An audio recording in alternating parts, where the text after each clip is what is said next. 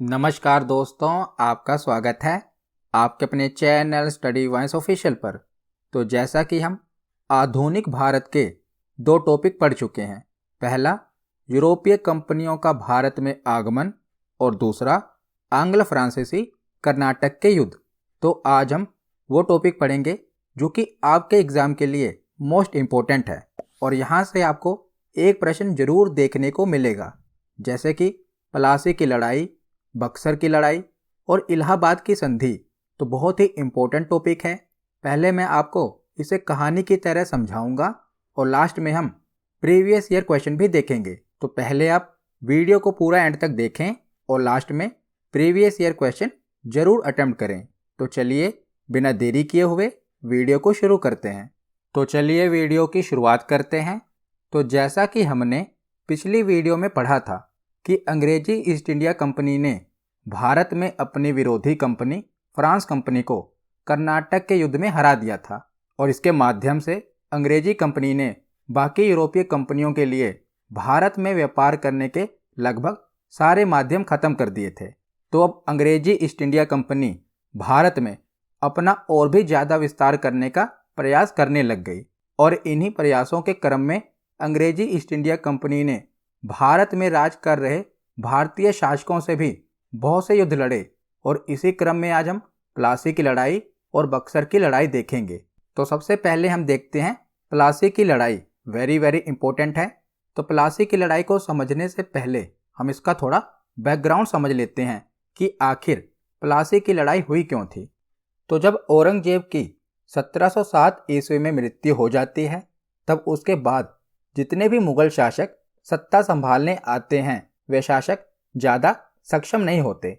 तो औरंगजेब की मृत्यु के बाद मुगल शासकों या यूं कहें कि मुगल काल के पतन का दौर शुरू हो जाता है और इसी क्रम में मुगलों के द्वारा जो क्षेत्र जीत लिए गए थे उनमें से ज़्यादातर क्षेत्र अपने आप को स्वतंत्र करने के प्रयास में लग गए थे, क्योंकि अब मुगल सत्ता कमज़ोर हो चुकी थी। इसीलिए जो ज़्यादातर क्षेत्र थे वो अपने आप को स्वतंत्र कर रहे थे मुगल सत्ता से। तो इन्हीं क्षेत्रों में मुख्यतः बंगाल का क्षेत्र भी था और यह क्षेत्र भी काफ़ी हद तक इन प्रयास में सफल हो गया था। तो उस समय बंगाल का क्षेत्र सिर्फ वर्तमान भारत के बंगाल के क्षेत्र जितना नहीं था। जो आज आप देख रहे हैं ना, पश्चिम बंगाल वाला क्षेत्र, ये उतना बड़ा बंगाल नहीं था, बल्कि उड़ीसा, बिहार और वर्तमान का जो बांग्लादेश है ना, वो भी बंगाल के ही अंदर आता था। जैसा कि आप मैप में देख रहे हैं, उड़ीसा, बिहार का क्षेत्र और वर्तमान का जो बंगाल का क्षेत्र है वो तो है ही है, और जो बांग्लादेश है उसको मिलाकर ये पूरा बंगाल था जिसकी हम बात कर रहे हैं। तो इस बंगाल के क्षेत्र में बहुत सारे उद्योग, जैसे कि वस्त्रों का उद्योग और कपास के उत्पादन के लिए ये क्षेत्र जाना जाता था। इसीलिए सबकी नज़र बंगाल पर थी।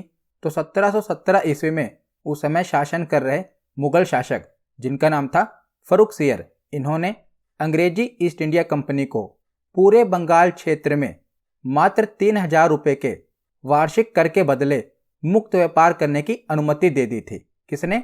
मुगल शासक फर्रुखसियर ने अंग्रेजी ईस्ट इंडिया कंपनी को बंगाल के क्षेत्र में व्यापार करने की अनुमति दे दी थी। तो इसी क्रम में क्या होता है, तो सन 1717 ईस्वी में मुर्शिद कुली खां को बंगाल का सूबेदार यानी कि नवाब बनाया जाता है। किसके द्वारा? मुगलों के द्वारा। और इसी समय से व्यवहारिक रूप से देखा जाए तो जो मुर्शिद कुली खां था ये स्वतंत्र कार्य करने लगा था। हालांकि वो मुगलों को समय समय पर अपनी तरफ से नजराना भेजता रहता था, यानी कि मुर्शिद कुली खां समय समय पर मुगलों को टैक्स दे रहा था। और इसने क्या किया, तो इसने ढाका के स्थान पर मुर्शिदाबाद को अपनी राजधानी बनाया। तो पहले बंगाल की राजधानी थी, जो वर्तमान में बांग्लादेश की राजधानी है ना ढाका, ये पूरे बंगाल की राजधानी थी। पर मुर्शिद कुली खान ने ढाका के स्थान पर मुर्शिदाबाद को बंगाल की राजधानी बनाया और 1727 ईस्वी में मुर्शिद कुली खां की मृत्यु हो जाती है। तो मुर्शिद कुली खां के बाद शुजाउद्दौला को बंगाल का अगला नवाब बनाया जाता है। और जो शुजाउद्दौला था ये अत्यंत न्यायप्रिय नवाब था। तो इसने क्या किया कि 1732 ईस्वी में अलीवर्दी खां को बिहार का उप सूबेदार नियुक्त किया। ये खुद तो सूबेदार था और इसने अलीवर्दी खां को बिहार का उप सूबेदार नियुक्त कर दिया। तो उसके बाद आगे क्या होता है कि 1727 ईस्वी में शुजाउद्दौला तो नवाब बनता है और ये 1739 ईस्वी तक बंगाल का नवाब बना रहता है और 1739 ईस्वी में शुजाउद्दौला की मृत्यु हो जाती है। तो शुजाउद्दौला के बाद इसका पुत्र सरफराज खां अगला नवाब बनता है बंगाल का और इसी के समय में 1740 ईस्वी में जो अलीवर्दी खान था, जिसे शुजाउद्दौला ने बंगाल का उप सूबेदार नियुक्त किया था ना, अलीवर्दी खां, उसने विद्रोह कर दिया क्योंकि वो बंगाल का नवाब बनना चाहता था और उसने विद्रोह करके सरफराज खां को ही मार दिया और अलीवर्दी खां बंगाल का अगला नवाब बन गया। तो इसने बंगाल के नवाब सरफराज खां को मार दिया और अगला नवाब कौन बन गया? अलीवर्दी खां। तो अब हम अलीवर्दी खां के बारे में पढ़ते हैं। तो अलीवर्दी खां 1740 ईस्वी से लेकर 1756 ईस्वी तक बंगाल का नवाब रहा।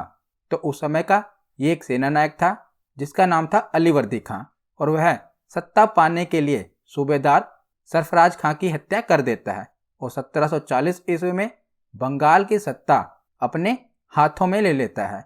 तो अलीवर्दी खान ने मुगलों को 2 करोड़ का नजराना भी भेजा था ताकि मुगल उसे कुछ कहे ना, क्योंकि इसने बंगाल के नवाब सरफराज खां की हत्या कर दी थी ना, इसीलिए इसने इसके बदले में 2 करोड़ का नजराना मुगलों को भेजा ताकि मुगल इसे कुछ कहे ना।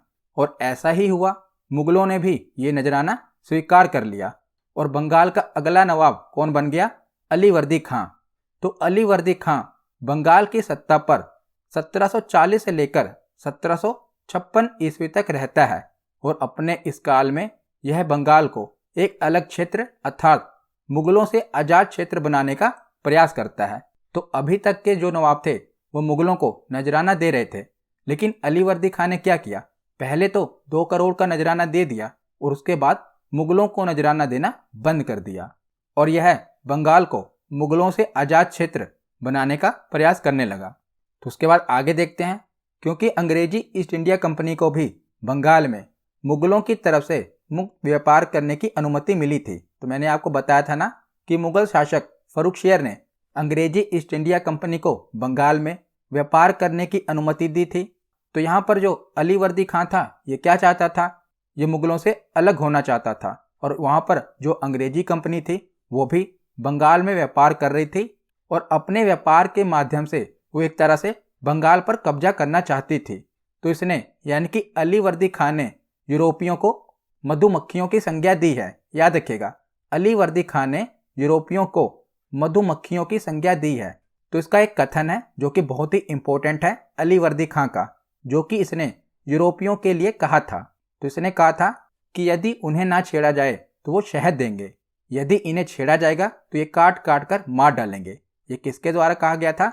अलीवर्दी खां के द्वारा यूरोपीय कंपनियां यानी कि अंग्रेजों के लिए कहा गया था कि यदि उन्हें ना छेड़ा जाए तो वो शहद देंगे और अगर उन्हें छेड़ा जाएगा तो वो काट काट कर मार डालेंगे। तो उसके बाद क्या होता है? तो अलीवर्दी खां का कोई पुत्र नहीं होता, जिस कारण क्या होता है कि वो अपने सबसे छोटी पुत्री के पुत्र को, जिसका नाम था सिराजुद्दौला, उसको अपना उत्तराधिकारी नियुक्त कर देता है। तो इसका कोई बेटा नहीं होता, तो अपनी पुत्री के बेटे को यानी कि सिराजुद्दौला को अपना अगला उत्तराधिकारी नियुक्त कर देता है। तो उसके बाद अगले नवाब यानी कि सिराजुद्दौला के बारे में हम पढ़ते हैं और बहुत ही इंपॉर्टेंट है सिराजुद्दौला के बारे में। तो इसका शासन केवल 1 ही वर्ष रहा। क्यों रहा वो आपको आगे समझ आ जाएगा।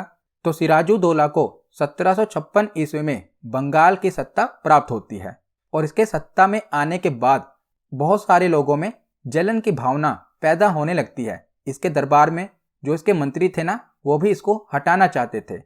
तो सिराजुद्दौला का अंग्रेजों के साथ भी संबंध बिगड़ गए थे, क्योंकि जो अंग्रेज थे ना, इन्होंने इसके शत्रुओं को शरण दे रखी थी, इसीलिए अंग्रेजों के साथ भी इसकी बनती नहीं थी। तो नवाब के मना करने के बावजूद भी जो अंग्रेज थे, इन्होंने क्या किया? तो एक तो अंग्रेजों ने इसके शत्रुओं को शरण दे रखी थी और दूसरा इसके मना करने के बावजूद भी बस्तियों का दुर्गीकरण कर रहे थे। यानी कि एक तरह से अंग्रेज बस्तियों का दुर्गीकरण करके किलेबंदी करके उसको अपने कब्जे में ले रहे थे। तो इसी के कारण सिराजुद्दौला नाराज हो गया और 15 जून 1756 ईस्वी को कलकत्ता में स्थित फोर्ट विलियम किले पर यह आक्रमण कर देता है। तो फोर्ट विलियम किले पर अंग्रेजों का अधिकार होता है, अंग्रेजों ने बनवाया होता है, तो उस पर यह आक्रमण कर देता है। और 5 दिनों के युद्ध के बाद 20 जून 1756 ईस्वी को फोर्ट विलियम किले पर यह अधिकार कर लेता है और अंग्रेज भागकर कुल्टा नामक टापू पर जाकर शरण ले लेते हैं। तो इसी बीच में क्या होता है, काल कोठरी की घटना घटती है। तो यह घटना बहुत ही इंपॉर्टेंट है। ये 20 जून 1756 ईस्वी की घटना है। इस घटना का उल्लेख एक अंग्रेज अधिकारी होलवेल ने किया है। तो होलवेल के अनुसार 20 जून की रात्रि को क्या होता है कि जो ये नवाब होता है बंगाल का, सिराजुद्दौला, ये क्या करता है, 146 अंग्रेज बंदियों को एक कोठरी में बंद कर देता है और इसमें दूसरे दिन 123 अंग्रेजों की मृत्यु हो जाती है और होलवेल सहित केवल 23 अंग्रेज ही जीवित रह पाते हैं और 123 अंग्रेजों की उसी काल कोठरी में मृत्यु हो जाती है। तो ये जो होलवेल था ना, इसी ने ये बात बताई थी। तो कई इतिहासकार इसकी पुष्टि नहीं करते क्योंकि इसका कोई और प्रमाण नहीं मिलता।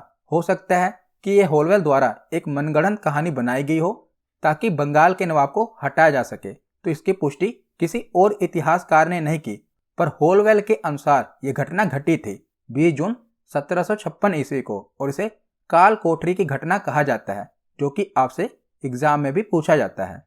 तो जब यह घटना घटती है और इसकी खबर अंग्रेजी गवर्नर क्लाइव को पता चलती है, तो क्लाइव क्या करता है वो हम देखते हैं। तो रॉबर्ट क्लाइव नवाब के खिलाफ षड्यंत्र रचता है। तो जैसा कि सिराजुद्दौला को 1756 ईस्वी में बंगाल की सत्ता प्राप्त हुई थी और उसके सत्ता के आने के बाद ही बहुत सारे लोगों में जलन की भावना पैदा होने लगती है, यानी कि उसके बहुत सारे मंत्री ही उसे हटाना चाहते थे। तो इसी बात का फायदा किसने उठाया, क्लाइव ने उठाया। तो नवाब सिराजुद्दौला के प्रमुख अधिकारी ही उसे असंतुष्ट थे। इसका लाभ उठाकर क्लाइव ने नवाब के विरुद्ध एक षड्यंत्र रचा और उसके कई सारे अधिकारी को अपने पाले में कर लिया।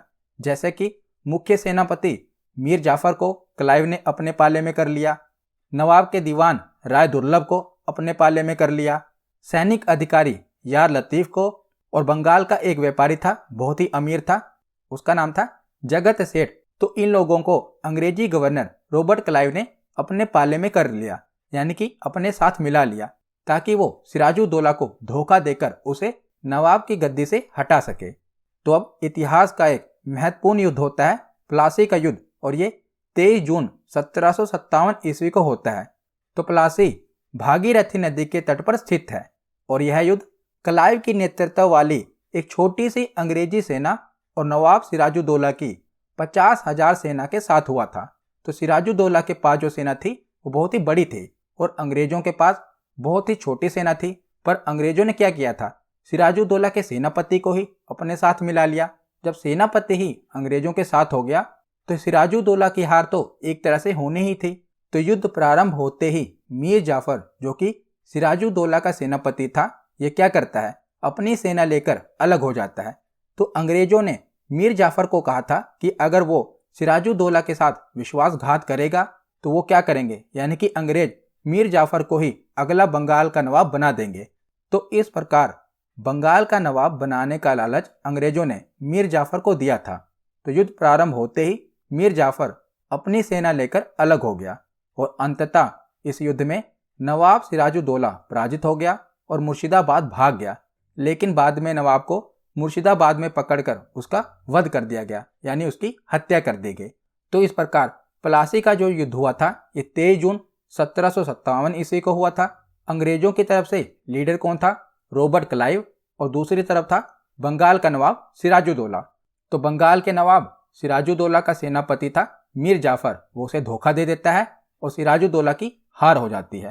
तो युद्ध आपको पता होना चाहिए कब लड़ा गया था, 23 जून 1757 ईस्वी को। तो इसके बाद क्या होता है, तो मीर जाफर को बंगाल का नवाब बना दिया जाता है और क्लाइव को भी व्यक्तिगत रूप से बहुत सारा धन मिलता है बंगाल से। इस तरह प्लासी के युद्ध ने भारत में अंग्रेजी प्रभुसत्ता की नींव डाल दी थी। तो अभी तक तो जो अंग्रेज थे एक प्रकार की कंपनी ही थे और भारत में व्यापार कर रहे थे, पर इस युद्ध के बाद अंग्रेजों ने भारत की राजनीति में भी कदम रख दिया था। और इस युद्ध के बाद जो बंगाल का नवाब बनता है ना, ये अंग्रेजी कंपनी को 24 परगना जिले की दीवानी भी दे देता है। तो आगे अब हम मीर जाफर के बारे में पढ़ते हैं, क्योंकि सिराजुद्दौला के बाद जो अगला बंगाल का नवाब बनता है ये मीर जाफर बनता है। तो मीर जाफर 1757 ईस्वी से लेकर 1760 ईस्वी तक बंगाल का नवाब बना रहता है। तो अंग्रेजों के द्वारा प्लासी का युद्ध जीतने के बाद मीर जाफर को 1757 ईस्वी में बंगाल का नवाब बना दिया जाता है। और अंग्रेजों ने प्लासी का युद्ध मीर जाफर को नवाब बनाने के लिए नहीं बल्कि अपने स्वार्थ के लिए लड़ा था। इसीलिए मीर जाफर अंग्रेजों का मात्र एक कठपुतली नवाब के रूप में कार्य कर रहा था, यानी कि वो सिर्फ नाम का शासक था। क्योंकि अंग्रेजों ने ही इसे नवाब बनाया था, तो एक प्रकार से कठपुतली के रूप में ये कार्य कर रहा था। तो 1760 में क्या होता है कि जो क्लाइव होता है ना, ये इंग्लैंड वापस चला जाता है और इसके स्थान पर बेनस्टाड बंगाल का अगला गवर्नर बनकर भारत आता है। अब हम आगे देखते हैं। तो जो अगला अंग्रेजी गवर्नर होता है बेनस्टाड, इसने नवाब को बदलने का निश्चय किया और इसके लिए इसने मीर जाफर के दामाद मीर कासिम से समझौता किया। तो बेनस्टाड को लग रहा था कि जो मीर जाफर था ये इनके लिए सही तरीके से काम नहीं कर रहा, इसीलिए इसने मीर जाफर के दामाद मीर कासिम को अगला बंगाल का नवाब बनाना चाहा। तो बंगाल का गवर्नर बनकर भारत समझौते के अनुसार मीर कासिम को अगला बंगाल का नवाब बनाया जाएगा और बदले में मीर कासिम जो होगा वो कंपनी को वर्धमान, मिदनापुर और चटगांव जिलों की दीवानी और अधिकारियों को धन देगा। यानी कि अंग्रेज मीर कासिम को अगला बंगाल का नवाब बनाएंगे और इसके बदले में जो मीर कासिम होगा ये अंग्रेजों को वर्धमान, मिदनापुर और चटगांव जिलों की दीवानी दे देगा। और इसके बाद वेनस्टाट ने मीर जाफर के सामने यह प्रस्ताव रखा कि वो मीर कासिम को अगला सूबेदार नियुक्त कर दे और सारे प्रशासन के अधिकार भी मीर कासिम को सौंप दे। तो जो मीर जाफर होता है एक तरह से अंग्रेजों के अधीन ही होता है, तो वो क्या करता है, नवाब के पद से इस्तीफा दे देता है और अगला बंगाल का नवाब कौन बन जाता है, मीर कासिम। तो अब हम मीर कासिम के बारे में पढ़ते हैं। तो मीर कासिम 1760 ईस्वी से लेकर 1763 ईस्वी तक बंगाल का नवाब रहता है। तो 1760 ईस्वी में मीर जाफर को हटाकर मीर कासिम को अंग्रेजों ने बंगाल का नवाब बनाया था, परंतु बाद में जैसा अंग्रेजों ने सोचा था कि मीर कासिम को नवाब बनाने के बाद वो उनका कार्य आसान करेगा, पर ऐसा कुछ हुआ नहीं। जो मीर कासिम था ना, इसने अंग्रेजों से जैसा वादा किया था उसके विपरीत ही ये अपने कार्य करने लगा। यानी कि नवाब बनने के लिए इसने अंग्रेजों से वादे तो कर दिए, पर नवाब बनने के बाद इसने वो वादे पूरे नहीं किए।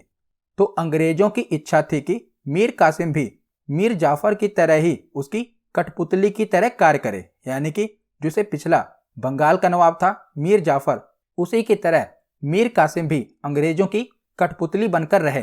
पर ऐसा नहीं हुआ। मीर कासिम अंग्रेजों के विरुद्ध ही कार्य करने लगा और इसने अलग होकर कुछ अपने फैसले लिए। इसने क्या क्या फैसले लिए वो हम देखते हैं। तो सबसे पहले मीर कासिम ने क्या किया, बंगाल की राजधानी को चेंज कर दिया। बंगाल की पहले राजधानी थी मुर्शिदाबाद, जो कि हमने पढ़ी थी। तो इसने क्या किया, मुर्शिदाबाद से राजधानी चेंज करके मुंगेर कर दी। कि किस बंगाल के नवाब ने बंगाल की राजधानी को मुर्शिदाबाद से मुंगेर स्थानांतरित किया था, तो मीर कासिम ने। और दूसरा निर्णय इसने क्या लिया, इसने मुंगेर में तोपखाना और बंदूक निर्माण करने का कारखाना भी स्थापित किया और इसने अपनी सेना को यूरोपीय ढंग से ट्रेनिंग करने के लिए एक जर्मन अधिकारी वाल्टर रीनहार्ड को नियुक्त कर दिया। तो ये एक प्रकार से अंग्रेजों से ही लड़ाई का प्लान बनाने लगा। और मीर कासिम द्वारा टैक्स संबंधी मामलों में भी काफ़ी सुधार किए गए थे। तो क्या क्या सुधार किए गए थे, तो उस समय क्या होता था कि बंगाल के क्षेत्रों में अंग्रेजों के द्वारा व्यापारिक मामलों में टैक्स संबंधी चीज़ों को लेकर भेदभाव होता था। जैसे कि यूरोपीय व्यापारियों को टैक्स में बहुत सी छूट मिलती थी और जो भारतीय व्यापारी होते थे उन्हें छूट नहीं दी जाती थी। ये एक प्रकार का भेदभाव होता था भारतीय व्यापारियों से। और ऐसे में मीर कासिम ने क्या किया कि भारतीय व्यापारियों को भी इन व्यापारिक मामलों में काफ़ी छूट दे दी, जिस कारण क्या हुआ कि अंग्रेज काफ़ी नाराज हो गए, क्योंकि अंग्रेजों को पहले छूट मिल रही थी और भारतीय व्यापारियों को छूट नहीं दी जा रही थी। अब इसने क्या किया, मीर कासिम ने भारतीय व्यापारियों को भी छूट दे दी, तो अंग्रेज तो नाराज होंगे ही। तो इन सभी कार्यों को देखते हुए अंग्रेज इस नतीजे पर पहुंचते हैं कि ये जो मीर कासिम है ये तो हमारे हाथ से निकल चुका है और ये कठपुतली की तरह कार्य नहीं कर रहा और वो अपनी इच्छाओं के अनुसार कार्य कर रहा है। इसीलिए अंग्रेजी कंपनी इसे नवाब के पद से हटाने पर विचार करती है। तो इन सभी घटनाओं से अंग्रेज आग बबूला हो जाते हैं और अंग्रेजों ने मीर जाफर को पुनः बंगाल का नवाब घोषित कर दिया और मीर कासिम के विरुद्ध युद्ध छेड़ दिया। तो हमने पढ़ा था ना, मीर कासिम से पहले बंगाल का नवाब कौन था? मीर जाफर। तो अंग्रेज क्या करते हैं, मीर जाफर को दोबारा से बंगाल का नवाब बना देते हैं और मीर कासिम के विरुद्ध युद्ध छेड़ देते हैं और इसी को हम बक्सर का युद्ध कहते हैं। तो बक्सर के युद्ध में एक तरफ अंग्रेजी ईस्ट इंडिया कंपनी थी और एक तरफ 3 नवाब थे। एक थे बंगाल के नवाब मीर कासिम, दूसरे थे अवध के नवाब शुजाउद्दौला और तीसरे थे मुगल बादशाह शाह आलम द्वितीय। तो इन तीनों सेनाओं ने मिलकर संयुक्त रूप से अंग्रेजी ईस्ट इंडिया कंपनी पर आक्रमण कर दिया। और अंग्रेजी ईस्ट इंडिया कंपनी को कौन लीड कर रहे थे? Hector Munro. याद रखिएगा, बक्सर की लड़ाई में अंग्रेजी ईस्ट इंडिया कंपनी को कौन लीड कर रहे थे? Hector Munro. और सामने से 3 नवाबों की संयुक्त सेनाएं थी, बंगाल के नवाब मीर कासिम, अवध के नवाब शुजाउद्दौला और मुगल बादशाह शाह आलम द्वितीय। तो ये तीनों मिलकर अंग्रेजी ईस्ट इंडिया कंपनी पर आक्रमण कर देते हैं और इसी को हम बक्सर का युद्ध कहते हैं। तो अब हम बक्सर का युद्ध देख लेते हैं। तो बक्सर का युद्ध 23 अक्टूबर 1764 ईस्वी को लड़ा गया था। तो इस युद्ध में क्या होता है कि मीर कासिम अंग्रेजों से परास्त होकर शुजाउद्दौला के पास पहुंचा। शुजाउद्दौला जो कि अवध का नवाब था और इस समय जो मुगल सम्राट था ये था शाह आलम द्वितीय, ये भी वहां पर उपस्थित थे। तो इन तीनों ने मिलकर अंग्रेजों के विरुद्ध संयुक्त मोर्चे का निर्माण किया और ये तीनों अपनी सेना लेकर कहां पर पहुंचे? बक्सर पहुंचे। इसीलिए इसे बक्सर का युद्ध कहा जाता है। तो ये आप देख रहे हैं बिहार में है बक्सर। पहले हमने पढ़ा था प्लासी की लड़ाई जो कि वेस्ट बंगाल में है और ये बक्सर बिहार में है। तो ये तीनों अपनी सेनाएं लेकर बक्सर पहुंचे और अंग्रेजी सेना का नेतृत्व कौन कर रहा था? Hector Munro. ये अंग्रेजी सेना का नेतृत्व कर रहा था। तो इस युद्ध में संयुक्त मोर्चे की शक्तियां पराजित हुई, यानी कि तीनों नवाबों की सेना हार गई और जीता कौन? तो अंग्रेज जीत गए। तो जो मीर कासिम था, बंगाल का नवाब था ना, ये तो युद्ध से ही भाग गया और जो बाकी के 2 नवाब थे यानी कि अवध के नवाब और मुगल बादशाह, तो अवध नवाब शुजाउद्दौला और शाह आलम द्वितीय मुगल बादशाह शाह आलम द्वितीय ने आत्मसमर्पण कर दिया, यानी कि हार स्वीकार कर ली। तो जो मीर कासिम था वो तो भाग खड़ा हुआ और बाकी के दोनों नवाब ने हार स्वीकार कर ली। तो हार स्वीकारने के बाद इन दोनों के साथ अंग्रेज एक संधि करते हैं और इसी को इलाहाबाद की संधि कहा जाता है। वो हम आगे देखते हैं। तो 1765 में क्या होता है? बक्सर के युद्ध के बाद जो क्लाइव था ये दोबारा भारत आता है और बंगाल के नवाब, मुगल सम्राट और अवध के नवाब के साथ अलग अलग संधि करता है। तो सर्वप्रथम क्लाइव बंगाल के नवाब के साथ संधि करता है।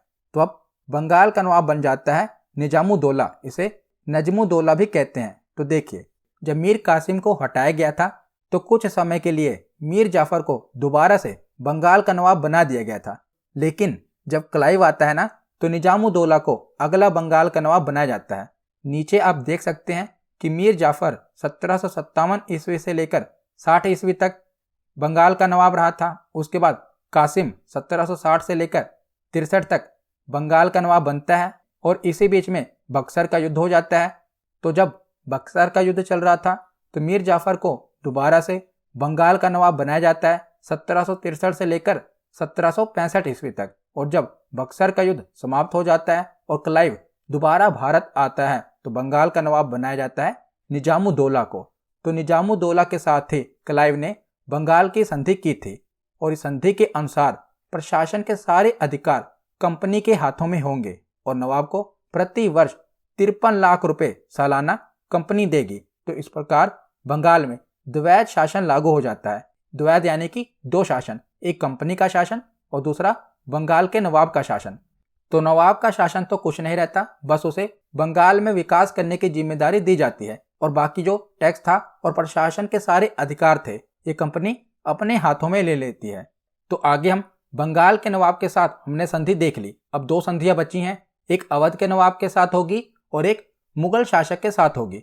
तो पहले होती है इलाहाबाद की प्रथम संधि, ये 12 अगस्त 1765 ईस्वी को होती है।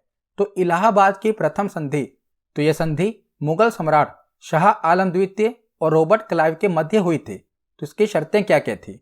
तो कंपनी अवध के नवाब से इलाहाबाद और कड़ा 2 जिले लेकर मुगल सम्राट को दे देंगे। तो इलाहाबाद और कड़ा पहले किसके अधीन था? अवध के नवाब के अधीन था। अब कंपनी क्या करेगी? इलाहाबाद और कड़ा इन दोनों जिलों को मुगल सम्राट को सौंप देगी और कंपनी मुगल सम्राट को 26 लाख रुपए पेंशन के रूप में भी देगी। और तीसरा पॉइंट क्या है कि मुगल सम्राट बंगाल, बिहार और उड़ीसा की दीवानी कंपनी को प्रदान कर देंगे। याद रखिएगा, तो मुगल सम्राट ने क्या किया? बंगाल, बिहार और उड़ीसा की दीवानी कंपनी को दे दी। तो ये थी इलाहाबाद की प्रथम संधि। अब हम देखते हैं इलाहाबाद की दूसरी संधि जो कि 16 अगस्त 1765 ईस्वी को हुई। तो पहली संधि 12 अगस्त 1765 को हुई। उसी के 4 दिन बाद इलाहाबाद की दूसरी संधि होती है। तो यह संधि अवध के नवाब सुजाउद्दौला के साथ हुई थी। तो इस संधि की क्या क्या शर्तें थी? तो पहली शर्त थी कि कंपनी अवध के नवाब से इलाहाबाद और कड़ा का जिला प्राप्त करके मुगल सम्राट को दे देगी। तो इलाहाबाद की प्रथम संधि में हमने पढ़ा था कि इलाहाबाद और कड़ा जिला ये किसे दे दिया जाएगा? मुगल सम्राट को दे दिया जाएगा।